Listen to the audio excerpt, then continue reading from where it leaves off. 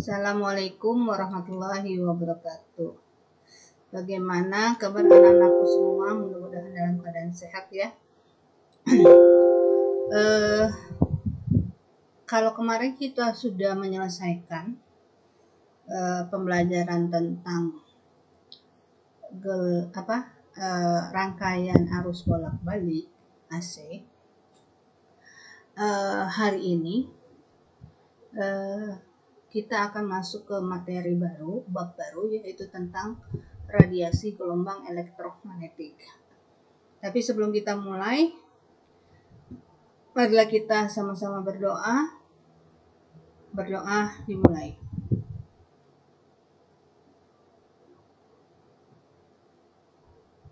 Amin. Oke.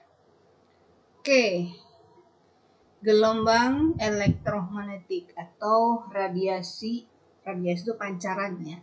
Radiasi dari gelombang elektromagnetik.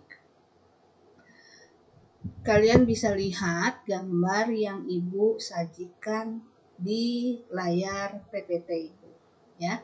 Di sini ada HP, ada televisi, ada radio.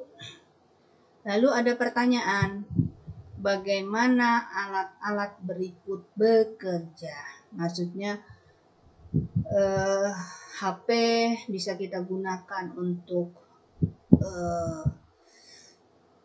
telepon, terus bisa kita gunakan untuk mengirim gambar ya, dan lain-lain.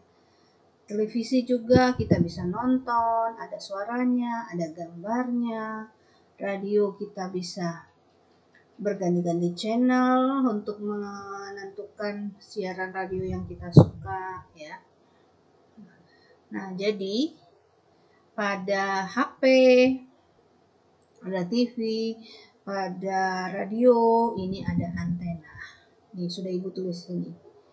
Jadi antena ini dapat menangkap gelombang elektromagnetik atau dapat menangkap radiasi atau pancaran dari gelombang elektromagnetik.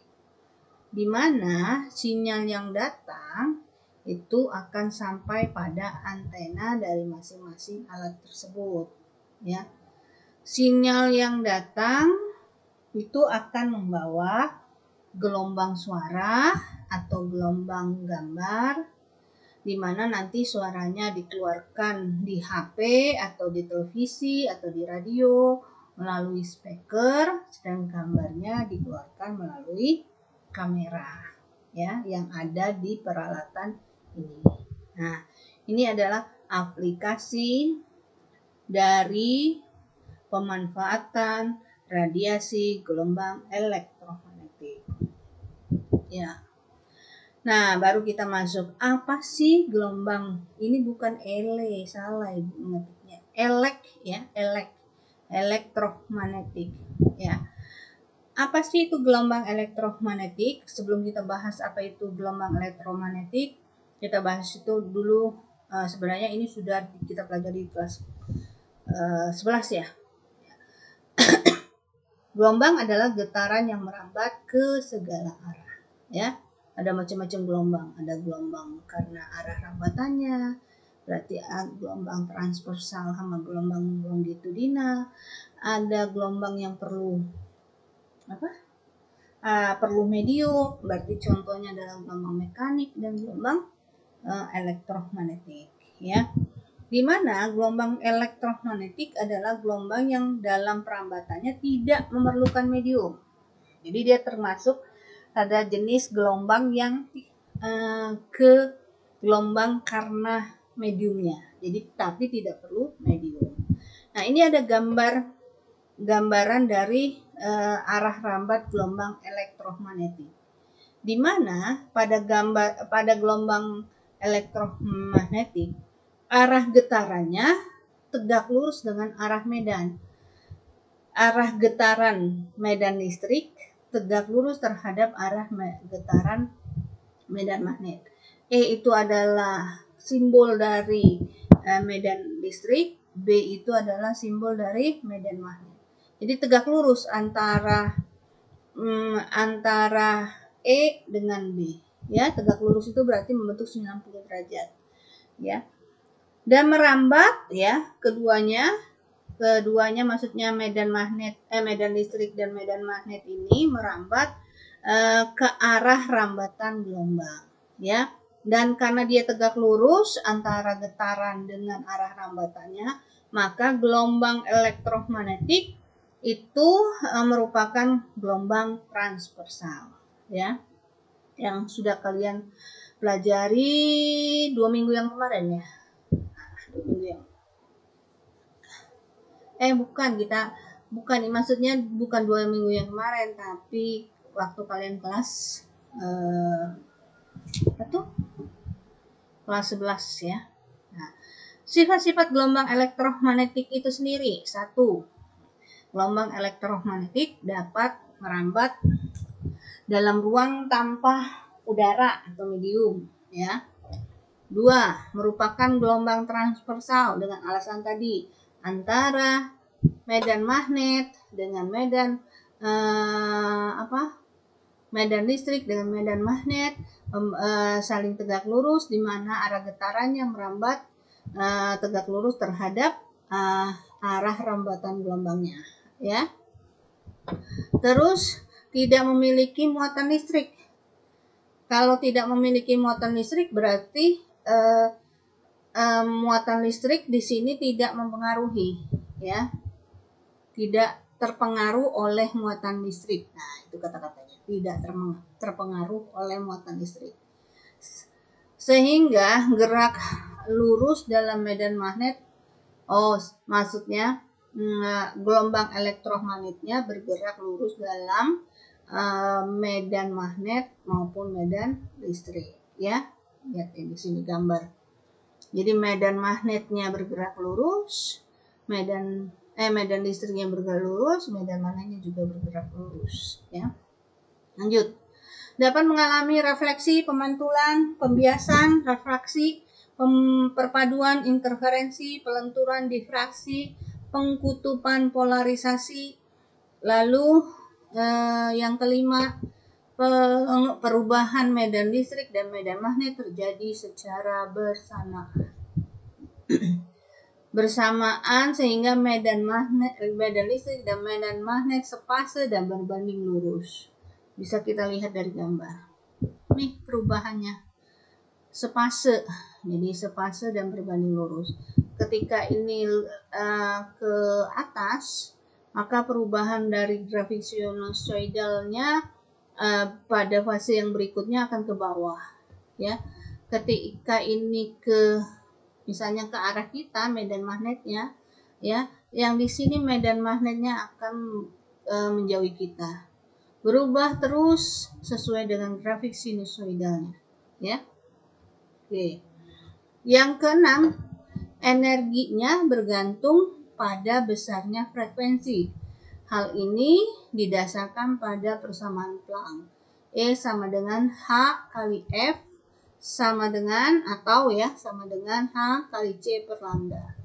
H itu adalah konstanta Planck yang nilainya 6,6 kali 10 pangkat 34. F itu frekuensi yang satuannya Hz. C itu adalah kelajuan cahaya atau kelajuan dari gelombang elektromagnetik yang nilainya 3 kali 10 pangkat 8. Ingat ya, kelajuan terbesar dari benda itu terdapat pada gelombang elektromagnetik atau gelombang cahaya, ya, yang nilainya 3 kali 10 pangkat 8. Tidak ada yang bisa melebihi kelajuan ini. Ya, lanjut. Lambda itu adalah panjang gelombangnya, ya. Oke. Nah, nanti energi yang bergantung pada frekuensi ini akan kita lihat pada ini tabel spektrum gelombang elektromagnetik. Apa itu spektrum? Spektrum itu adalah rentang atau tingkat semua radiasi dari gelombang elektromagnetik yang mungkin dapat diukur dari frekuensi, panjang gelombang, dan energi fotonnya, ya. Ini nilai frekuensi, ini nilai panjang gelombang, wavelength itu panjang gelombang, lambda, frekuensi itu F, ya. Bukan V, ini harusnya F. Terus energi foton tadi E, ya, H kali F. Oh, ini maksudnya V itu dalam satuan elektrovol. Ya nggak apa-apa berarti. Ya, tapi kalau dalam satuan Hertz, satuannya F, ya. Bukan, simbolnya F maksud Ibu. H kali F itu tadi energi foton. Nih energi foton E. Ya, energi foton. Cuman ini satuannya dalam elektrovol. Oke. Contoh-contoh dari spektrum gelombang elektromagnetik itu mulai dari gamma sampai ke radio. Ini gelombang gamma, sinar X, ultraviolet, inframerah, sinar radar, sinar mikro, gelombang televisi, gelombang radio, ya. Ini adalah spektrum gelombang yang dapat terukur dari nilai frekuensi, panjang gelombang, dan energi fotonnya. Nah, di mana antara frekuensi dengan panjang gelombang berbanding terbalik. Jadi, frekuensi terbesar menghasilkan panjang gelombang terkecil. Frekuensi terkecil ya menghasilkan panjang gelombang terbesar. Jadi antara frekuensi dengan panjang gelombang itu berbanding terbalik. Sedangkan seperti yang tadi sudah dirumuskan oleh si Max Planck, Planck ini nama orang ya, bahwa E itu sebanding dengan frekuensi. Energi foton itu sebanding dengan frekuensi. Makanya di sini ya, energi foton itu nilainya sebanding dengan frekuensi. Semakin besar frekuensi pancaran dari radiasi gelombang elektromagnetik, maka energi foton yang ditangkap juga semakin besar. Ya, di sini ada ultraviolet yang digambarkan dalam spektrum warna Mejikuhibiniu, ya. Merah, jingga, mejiku kuning, hijau, biru, terus nila ungu. Nila ungu, ya. Mejikuhibiniu. Oke. Lanjut. Nah, pada kesempatan kali ini kita akan membahas salah satu dari spektrum gelombang tadi, yaitu gelombang mikro, ya. Nih, aplikasi dari gelombang mikro adalah dapat mengukur kedalaman laut, ya. Dirumuskan dengan untuk kedalaman lautnya itu S sama dengan S itu jarak dari permukaan air laut ke dasar laut, ya, kedalaman laut berarti sama dengan setengah kali V kali T. Jadi permukaan laut adalah tempat di mana kapal berada, ya. Maksudnya bulatan hitam itu tadi karena ada gambarannya, jangan udah ini diabaikan aja ya. Bulatan hitam itu maksudnya dianggap sebagai kapalnya, titik kapalnya, ya. Kapal menembakkan gelombang menuju dasar laut. Gelombang dasar laut terus ini maksudnya sinyal gelombangnya memantul dan bergerak ke atas kembali ke alat pemancar yang ada di kapal. Karena waktu bolak-balik dari dasar ke laut dan kembali ke kapal, pengukuran kedalaman laut rumusnya harus dibagi dibagi 2 atau dikali setengah. Kalau dibagi 2 berarti V kali T bagi 2 boleh. Atau pakai setengah boleh, setengah kali V kali T. Ya. Di mana V itu adalah kecepatan sinyal gelombangnya, ya, yang dipancarkan dari alat yang berada di kapal menuju ke dasar laut, ya. T itu adalah waktu bolak-baliknya tadi dari kapal ke dasar laut, dari dasar laut ke kembali lagi ke alat yang berada di kapal, ya. Sehingga perkalian setengah kali V kali T itu akan mendapatkan nilai kedalaman laut. Oke, latihan soal. Nih, bisa kalian sambil kalian baca masing-masing ya. Di Indonesia merupakan negara kepulauan, bisa kita buktikan dengan banyaknya pantai di Indonesia. Di peta atau global, kita akan melihat bahwa negara Indonesia mempunyai banyak sekali pulau-pulau yang sejajar dan sambung menyambung menjadi satu membentuk sebuah negara Indonesia. Di antara laut-laut yang ada di Indonesia, kita akan menemukan laut yang luas dan sempit, sementara lautan yang berada di tengah-tengah dua pulau disebut sebagai selat.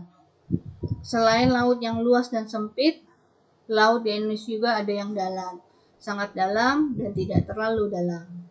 Pada artikel ini akan membagikan informasi mengenai laut-laut di Indonesia. Nih, ini nama laut, terus kedalamannya. Ya, beberapa laut sudah disajikan pada tabel ini. Laut Jawa 45 meter ternyata kedalaman lautnya ya. Sampai yang terbesar itu adalah Laut Banda 7.000 meter ya. Bisa kalian lihat. Dari tabel kedalaman ini harusnya kedalaman laut Indonesia. Tim surveyor mahasiswa AL melakukan kegiatan pengukuran air laut menggunakan alat yang bernama multi-beam echo sounder, alat pancar sonar untuk memperoleh dasar perairan.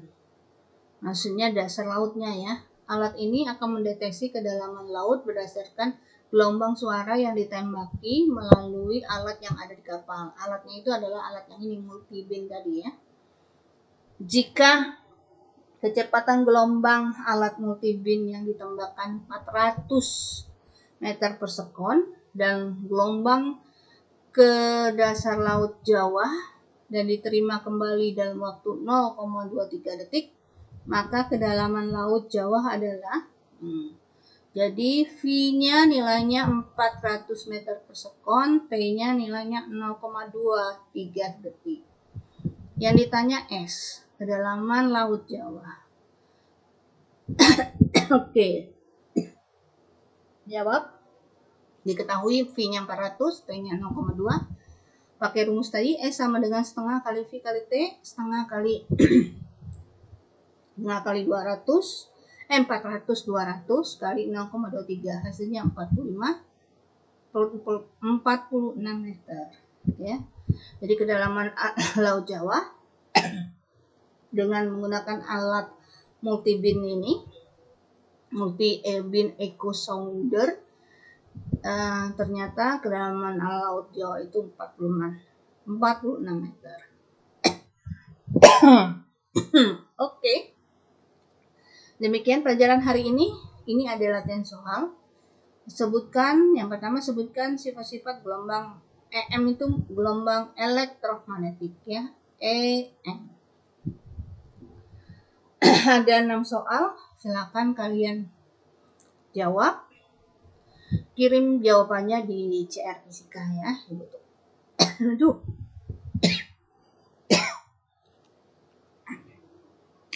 Ibu akhiri pelajaran hari ini. Salah.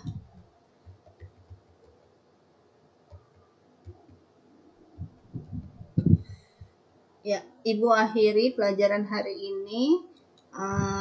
Jangan lupa kerjakan latihannya.